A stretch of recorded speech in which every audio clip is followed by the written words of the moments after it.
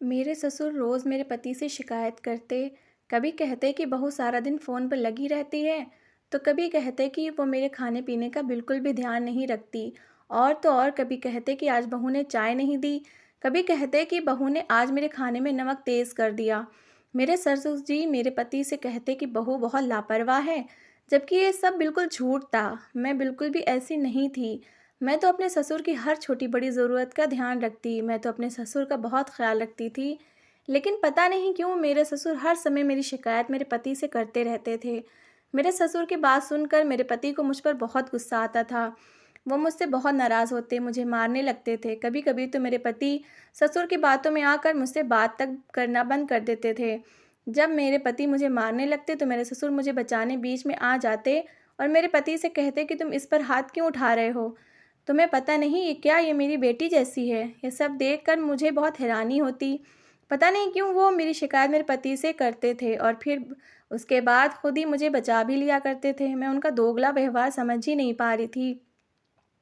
एक दिन जब मैं स्कूल से बच्चों को लेने जा रही थी तो मेरे ससुर जी बोले कि आज बच्चों को होटल में लेकर आना। मैं होटल गई तो एक अनजान आदमी मुझे छेड़ने की कोशिश कर रहा था। मैं घबरा कर घर वापस आ गई। जब मैं घर वापस आई तो मैंने देखा कि मेरे पति के हाथ में मेरा नाम शिवानी है, मेरी उम्र 29 साल है। मैं अपने माता-पिता की इकलौती औलाद थी। कुछ सालों पहले मेरे पिताजी की कार के एक्सीडेंट में मौत हो गई थी। उस वक़्त मैं कॉलेज में बीए कर रही थी और मेरे कॉलेज का एक लड़का जिसका नाम श्रवण था, मुझे पसंद करता था। जैसे ही मेरा बीए कंप्लीट हुआ तो श्रवण रिश्ता लेकर अपनी माँ को मेरे घर भेज दिया। मैं इस बात से बिल्कुल अनजान थी कि श्रवण मुझे पसंद करता है। जब उसकी माँ ने घर आकर ये बात कही तो मेरी माँ और मैं हैरान हो गए। माँ को रिश्ता पसंद आ गया और उन्होंने मेरी शादी श्रवण से कर दी। कुछ शुरू-शुरू में सब कुछ ठीक चल रहा था। श्रवण मेरा बहुत ध्यान रखते थे, मुझसे बहुत प्यार करते थे, लेकिन धीरे-धीरे श्रवण का रवैया बदलने लगा। वो अक्सर मेरे ससुर की बातों में आकर मुझ पर गुस्सा करते रहते। मेरी सास बहुत अच्छी औरत थीं, वो हमेशा मेरी तरफ से बोलतीं, वो हर बार मुझे श्रवण के गुस्से से बचा लेतीं। वक़्त गुज़रता रहा और मैं 2 बच्चों की माँ बन गई, रोज़ की तरह। आज भी जब मेरे पति घर पर आए, तो मेरे ससुर ने उनसे मेरी शिकायत करनी शुरू कर दी। ससुर के मुँह से मेरी शिकायत सुनकर मेरे पति को बहुत गुस्सा आया और वो मुझे मारने लगे और जब वो मुझे मारने लगे तो हर बार की तरह इस बार भी मेरे ससुर ने मुझे बचा लिया और मेरे पति से कहने लगे कि तुम बहू पर हाथ क्यों उठा रहे हो? तुम्हें पता है ना ये मेरी बेटी जैसी है। और फिर उसने कोई बड़ी गलती नहीं की है, बस चाय में चीनी ही तो ज़्यादा डाल दी थी। मेरे पति ने कहा, पिताजी अगर आपको कुछ हो जाता तो आज मैं इसको बिल्कुल भी नहीं छोड़ता। ये कहकर मेरे पति कमरे में चले गए। मैं भी उनके पीछे-पीछे उनके लिए खाना लेकर कमरे में चली गई। मैंने अपने पति से कहा, आप खाना खा लीजिए, आप मुझसे नाराज़ हैं?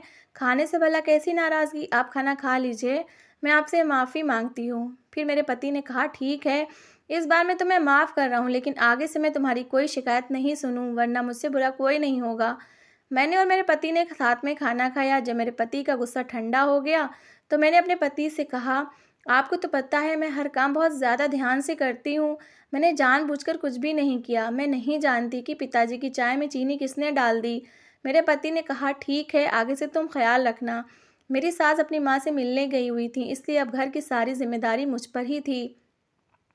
मैं हर काम बहुत ज़्यादा ध्यान से करती थी, लेकिन ना जाने क्यों हर बार मुझसे गलती हो जाती थी।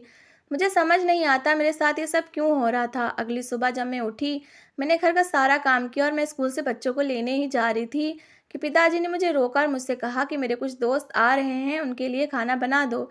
मैंने सोचा अगर मैं खाना नहीं बनाऊंगी तो फिर से ये मेरी शिकायत मेरे पति से कर देंगे। इसलिए मैं जल्दी-जल्दी खाना बनाने में लग गई। खाना बनाकर बच्चों को लेकर आ जाऊँगी, ये मैंने सोचा, लेकिन मैं जब तक खाना बनाकर और सबको खिलाकर फ्री हुई तब तक 4 बज चुके थे। मैं बहुत घबरा गई थी कि बच्चे अब तक स्कूल में अकेले मेरा इंतज़ार कर रहे होंगे। मैं जल्दी से बच्चों को लेने घर से निकली तो मैंने देखा कि बाहर बच्चे श्रवण के साथ आ रहे हैं। ये देखकर मैंने सुकून की सांस ली, लेकिन जैसे ही श्रवण घर में आए, मुझ पर बरसने लगे, मुझ पर बहुत ज़्यादा गुस्सा करने लगे, कहने लगे कि तुम कितनी लापरवाह हो गई हो। तुम आखिर बच्चों को लाना कैसे भूल सकती हो? तुम्हें बच्चों का भी कुछ ख़्याल है या नहीं? श्रवण मुझे मारने ही वाले थे कि पिताजी बोल पड़े, बेटा आखिर बहू की बात तो सुन लो कि वो क्या कहना चाह रही है। पिताजी ने बताया कि बहू बच्चों को लेने ही जा रही थी, लेकिन मैंने ही उसे रोक लिया। मेरे कुछ दोस्त आ रहे थे, इसलिए मैंने ही उसे खाना बनाने को कहा था। ये सुनकर श्रवण बोले, ठीक है पिताजी, लेकिन ये मुझे कॉल करके तो बता सकती थी ना। बच्चों को मैं लेकर आ जाता, लेकिन इसे तो बच्चों की बिल्कुल भी परवाह नहीं है। अगर मेरे पास इनके स्कूल से कॉल नहीं आती तो बच्चे वहीं बैठे रहते और रोते रहते। मैंने श्रवण से माफ़ी मांगी और कहा कि आगे से मुझसे कोई गलती नहीं होगी। श्रवण गुस्से में कमरे में चले गए। रात को जब हम सो रहे थे तो अचानक मेरे नंबर पर एक कॉल आई। मैंने देखा तो किसी न्यू नंबर से कॉल थी। मैं फ़ोन बंद करके सो गई। सुबह श्रवण ने मुझसे पूछा कि रात को तुम्हारे नंबर पर किसकी कॉल आ रही थी। मैंने श्रवण को बताया कि माँ जी की कॉल थी। श्रवण ने मुझसे कहा कि इतनी रात को कॉल कॉल क्यों की थी माँ ने। मैंने कहा कुछ नहीं, ऐसे ही बस बताने के लिए कॉल की थी कि वो अभी कुछ दिनों के लिए बाद आएंगी। अब मेरे नंबर पर रोज़ ही रात को कॉल आती थी और मैं फ़ोन बंद करके सो जाती। श्रवण मुझसे रोज़ पूछते कि किसकी कॉल है। मैं कोई ना कोई बहाना बना देती थी। अब तो मेरे नंबर पर मैसेज आने भी शुरू हो गए थे। मैं इन सब से बहुत ज़्यादा परेशान हो गई थी, तो मैंने अपने अपने पति के कज़िन को अपना मोबाइल दिया और उससे कहा कि देखना इस पर किसकी रॉन्ग कॉल्स आ रही हैं और वो मुझे बार-बार कॉल करके परेशान कर रहा है। तुम प्लीज़ इससे बात करके देखो कि आखिर ये कौन है और क्यों मुझे परेशान कर रहा है। लेकिन तुम अपने भाई को कुछ भी मत बताना। उसने कहा ठीक है, आप फ़िक्र ना करें। एक तरफ तो मैं अपने फ़ोन कॉल से परेशान थी, दूसरी तरफ मेरी जेठानी की बेटी भी हमारे घर आई हुई थी। उसकी ज़िम्मेदारी भी मुझ पर ही थी और वो सारा-सारा दिन घर से बाहर रहती थी। सुबह कहकर जाती कि अपने दोस्त के पास जा रही हूँ, लेकिन शाम तक वापस आती थी। पता नहीं वो मुझे किस मुसीबत में डालने वाली थी। एक दिन जब मैं कमरे में बैठी थी तो मेरे ससुर मेरे पास आए और मुझसे कहने लगे कि बहू, तुम्हें श्रवण से डरने की कोई ज़रूरत नहीं है। मैं तुम्हारे साथ हूँ, अगर वो तुम्हें कुछ कहे या मारे तो तुम्हें उससे डरना नहीं है। अगर श्रवण मेरा बेटा है तो तुम भी मेरी बेटी की जैसी ही हो। उनकी बातें सुनकर मैं हैरान रह गई और सोचने लगी कि यही तो हमारी लड़ाई करवाते हैं। इन्हीं की शिकायतों की वजह से तो श्रवण मेरे ऊपर हाथ उठाने लग जाते हैं। फिर आज ये इतने अच्छे से कैसे मुझसे बात कर रहे हैं। इतने में बाहर से श्रवण के चीखने चिल्लाने की आवाज़ें आने लगीं। मैं और पिताजी उठकर बाहर की तरफ गए। हमने जाकर देखा कि श्रवण मेरी जेठानी की बेटी पर गुस्सा कर रहे थे। मैंने श्रवण से कहा कि क्या हुआ? श्रवण, आप इस पर गुस्सा क्यों कर रहे हो? तो श्रवण ने उल्टा मुझे ही डांटना शुरू कर दिया और कहने लगे कि सारी गलती तुम्हारी है। अगर तुम घर ठीक से ध्यान रखती तो आज ये सब कुछ ना होता। मैंने कहा आखिर बात क्या है, बताया तो सही। तब श्रवण ने कहा कि ये रोज़ कहाँ जाती है, तुम्हें पता नहीं है? ये रोज़ किसी लड़के से बाहर मिलने जाती है और तुमने मुझे आज तक ये बात नहीं बताई और उल्टा तुम इसका साथ दे रही हो। मुझे तो लगता है कि तुम इसके साथ मिली हुई हो। ये सुनकर पिताजी की तबीयत खराब होने लगी। हम सब उनकी तरफ भागे और उन्हें जल्दी से हॉस्पिटल लेकर गए। कुछ दिनों के बाद श्रवण के कज़िन ने मेरा फ़ोन मुझे वापस कर दिया था और कहने लगा कि अब इस पर कोई रॉन्ग नंबर से कॉल नहीं आएगी। आप फ़िक्र ना करें भाभी, मैंने अपना फ़ोन वापस ले लिया। कुछ दिन तक तो कोई कॉल नहीं आई, लेकिन बाद में फिर से कॉल और मैसेजेस आना शुरू हो गए। मैं उन कॉल से बहुत परेशान हो गई। मैंने सोचा एक बार इनसे बात करके देखती हूँ, ये कौन है और मुझसे क्या चाहता है। एक रात जब कॉल आई तो मैंने फ़ोन रिसीव कर लिया और कहा कि कौन हो तुम और क्या चाहते हो मुझसे? उसने कहा कि मैं तुमसे मोहब्बत करता हूँ, तुमसे शादी करना चाहता हूँ। मैंने उससे कहा कि तुम पागल हो, तुम्हारा दिमाग तो नहीं ख़राब है? मैं एक शादीशुदा औरत हूँ। तो ये सुनकर वो कहने लगा कि मुझे तुम्हारी शादी से कोई आपत्ति नहीं है, मेरे साथ भाग कर चलो।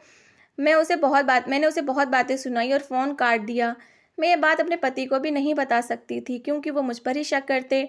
मैंने सोचा क्यों ना मैं ये बात अपने ससुर जी को बता दूँ, हो सकता है वो इस बात का हल निकालें। मैंने अपने ससुर को पूरी बात बताई। वो मेरी बात सुनकर परेशान हो गए और मुझसे कहने लगे तुमने अच्छा किया जो श्रवण को कुछ भी नहीं बताया। तुम फिक्र मत करो बेटी, मैं कुछ ना कुछ करता हूँ। अब तो मैंने अपना नंबर भी बदल दिया था, लेकिन ना जाने उसके पास मेरा दूसरा नंबर कहाँ से आ गया और वो उस पर कॉल करता, मैसेजेस करने लगा। आखिर कब तक मैं अपने पति से बात छुपाती। एक दिन जब मैं अपने बच्चों को स्कूल से लेने जा रही थी, रास्ते में उसकी कॉल आई। वो कहने लगा कि तुम्हें स्कूल जाने की कोई ज़रूरत नहीं है, तुम्हारे बच्चे मेरे पास हैं, तुम यहाँ मेरे पास होटल में आ जाओ। मैंने उसे साफ इनकार कर दिया तो उसने मुझसे कहा कि अगर तुम मेरे पास नहीं आई तो मैं तुम्हारे बच्चों को नुकसान भी पहुँचा सकता हूँ। ये सुनकर मैं घबरा गई और फ़ौरन होटल की तरफ अपने बच्चों को लेने चली गई। जब मैं होटल पहुँची तो वहाँ एक आदमी था जिसके पास मेरे बच्चे थे। वो मुझे देखकर मेरी तरफ आने लगा। उसके चेहरे पर नकाब था, इसलिए मैं उसे पहचान नहीं पाई। मैंने बच्चों से कहा कि क्या तुम इन अंकल को जानते हो? बच्चों ने कहा नहीं मम्मी, हम इनको नहीं जानते। तो फिर मैंने बच्चों से कहा कि तुम इसके साथ क्यों आए हो? तो मेरे बच्चे कहने लगे कि मम्मी अंकल बहुत अच्छे हैं, इन्होंने हमें बहुत सारी चॉकलेट और आइसक्रीम दिलाई है। वो आदमी मुझसे कहने लगा कि मैं तुमसे शादी करना चाहता हूँ, तुम मुझसे शादी कर लो, मैं तुम्हें बहुत खुश रखूँगा। मैं अपने बच्चों की वजह से उसे कुछ नहीं कह सकती थी क्योंकि मेरे बच्चे उसके पास थे। मैंने अपने बच्चों को लिया और मैं जल्दी से घर वापस आ गई। मैं पूरे रास्ते बहुत डरी हुई थी। जैसे ही घर में पहुंची तो मैंने देखा घर पर श्रवण मेरा गुस्से में इंतज़ार कर रहे थे। गुस्से से उनका चेहरा पूरा लाल हो गया था और घर के बाकी लोग भी वहीं पर मौजूद थे। मुझे सब लोगों को देखकर ऐसा लग रहा था जैसे मैं कोई पाप करके घर वापस आई हूँ। लेकिन मैंने तो कुछ भी नहीं किया था, मेरा तो कोई कसूर नहीं था। मैं तो उस आदमी को जानती तक नहीं थी। मुझे अपने बच्चों की खातिर उसके पास जाना पड़ा, लेकिन मैंने कुछ गलत नहीं किया था। मैंने अपने ससुर की तरफ देखा तो उन्होंने मुझे देखकर अपनी नज़रें नीची कर लीं। ऐसा लग रहा था जैसे सबको सब कुछ पता चल चुका है। जैसे ही मैं घर के अंदर घुसी तो शर्वण ने मेरे मुँह पर थप्पड़ मारा और बहुत सारी फ़ोटो मेरे ऊपर फेंकी। जब वो फ़ोटो मैंने उठाकर देखी तो मेरे पैरों के तले ज़मीन निकल गई। वो फ़ोटो मेरी और उस आदमी की थी जो किसी ने कंप्यूटर से बनाई थी। उसमें मैं नहीं बल्कि कोई और औरत थी जिस पर मेरा चेहरा लगा दिया गया था। श्रवण ने कहा कि तुमने मुझे धोखा दिया है। तुम मेरे पीठ पीछे किसी और से मिलती आई हो और अब तुमने हद ही पार कर दी। आज तुम बच्चों को भी उससे मिलवाने ले गई। मैंने कहा श्रवण, जैसा आप सोच रहे हैं वैसा कुछ भी नहीं है। एक बार पिताजी से तो पूछ ही लें, वो सब कुछ जानते हैं। पिताजी ने कहा श्रवण, मैं तो तुमसे पहले ही कहता था कि ये औरत ठीक नहीं है, लेकिन तुमने तो हमारी एक ना सुनी और इससे शादी कर ली। अब तुम देख रहे हो ना ये क्या गुल खिला रही है, खिलाकर आई है। पिताजी की बात सुनते ही मेरे होश उड़ गए और मैं खामोश खड़ी उनका चेहरा देखने लगी और सोचने लगी कि पिताजी ऐसा क्यों कह रहे हैं, वो तो सब कुछ जानते हैं। श्रवण ने मेरा हाथ पकड़कर मुझे घर से निकाल दिया। मैं अपने बच्चों को लेकर अपनी माँ के घर आ गई। मैंने माँ को सारी बात बताई। मेरी माँ ये सदमा बर्दाश्त ना कर सकी और सदमे की वजह से उनका देहांत हो गया। मेरी ज़िंदगी में अब मेरी माँ ही बची थी, जो वो भी मुझे छोड़कर जा चुकी थी। अब मैं अकेली अपने घर में अपने बच्चों के साथ रह रही थी। श्रवण ने मुझे छोड़ दिया था। श्रवण को तो मुझ पर यह भी शक था कि बच्चे पता नहीं उसके हैं या फिर नहीं। मेरी हालत इतनी ख़राब हो चुकी थी कि मेरे पास अपने बच्चों को खिलाने के लिए कुछ भी नहीं था। मजबूरन मुझे नौकरी करनी पड़ी। नौकरी करके मैं अपना और अपने बच्चों का पेट भरती थी। समय के साथ साथ मैंने और मेरे बच्चों ने अकेला जीना सीख लिया था। इस बात को 10 महीने गुजर चुके थे। एक दिन घर के दरवाजे पर किसी ने कुंडी बजाई। मैंने जाकर देखा तो मेरी सास थी। मुझसे कहने लगी कि बेटी कैसी हो और बच्चे कहाँ हैं, वो कैसे हैं। मैंने उनसे कहा कि आप यहाँ क्यों आई हैं, अब आप मुझसे क्या चाहती हैं, आप मेरे बच्चों को क्यों पूछ रही हैं, आपने तो उन्हें अपना खून मानने से भी इनकार कर दिया था। तो वो कहने लगी कि बस करो बेटी, हमने जो तुम पर झूठा इल्ज़ाम लगाया था शायद उसकी सज़ा हमें मिल रही है। मैं यहाँ से तुम्हें लेने आई हूँ, तो मेरे साथ चलो। श्रवण तुमसे आखिरी बार मिलना चाहता है। मैंने कहा श्रवण कहाँ है? तो उन्होंने मुझे बताया श्रवण हॉस्पिटल में है और उसकी हालत बहुत ज़्यादा ख़राब है। वो तुमसे और अपने बच्चों से मिलना चाहता है। ये सुनते ही मैं फ़ौरन अपने बच्चों को लेकर हॉस्पिटल पहुँची। श्रवण ने मुझे देखते ही मुझसे माफ़ी मांगी और बच्चों के सिर पर हाथ रखा और इस दुनिया से चले गए। मेरे सर पर तो जैसे आसमान टूट पड़ा था। मैं ज़ोर-ज़ोर से रोने लगी। मेरी सास ने मुझे दिलासा दिया, मुझे बताया कि ये सब कुछ किया धरा तुम्हारे ससुर का था। श्रवण को उन्होंने किसी से गोद लिया था। श्रवण के असल माता-पिता बहुत ज़्यादा अमीर थे और श्रवण के नाम बहुत सारी प्रॉपर्टी थी, इसलिए वो चाहते थे कि श्रवण की कभी शादी ही ना हो। लेकिन श्रवण ने तुम्हें पसंद कर लिया और शादी की ज़िद करने लगा। लाख मना करने के बावजूद भी श्रवण ने तुमसे शादी कर ली। इसीलिए तुम्हारे ससुर ने ये खेल खेला था ताकि श्रवण की और तुम्हारी लड़ाई हो और वो तुम्हें छोड़ दे और सारी प्रॉपर्टी उनके नाम हो जाए। लेकिन श्रवण के असली माता पिता ने उसकी सारी प्रॉपर्टी उसके बच्चों के नाम कर दी। उस आदमी को भी पैसे तुम्हारे ससुर ने दिए थे जिसने तुम्हें होटल में बुलाया था और तुम्हारी झूठी तस्वीर भी तुम्हारे ससुर ने ही बनवाई थी। जब श्रवण को इस सब के बारे में पता चला तो वो तुम्हें लेने जा रहा था, लेकिन रास्ते में उसका एक्सीडेंट हो गया और वो तो यहाँ हॉस्पिटल आ गया। तुम्हारे ससुर भी अब चल फिर नहीं सकते, उन्हें उनके किए की सज़ा मिल चुकी है। उसके बाद सब ने मुझसे हाथ जोड़कर माफ़ी मांगी और मैं अपने ससुराल वापस चली गई। श्रवण की मौत के बाद मैंने दूसरी शादी नहीं की। मैंने अपने बच्चों के साथ अपनी नई ज़िंदगी की शुरुआत की। श्रवण को और बाकी सब लोगों को भी मैंने माफ़ कर दिया। तो दोस्तों, कैसी लगी आपको मेरी कहानी? अगर कहानी अच्छी लगी है तो प्लीज़ इसे लाइक करिएगा, शेयर करिएगा और अपनी राय कमेंट बॉक्स में ज़रूर दीजिएगा और मेरी अच्छी अच्छी कहानियाँ सुनने के लिए मेरा चैनल सब्सक्राइब करिएगा। Thanks for watching.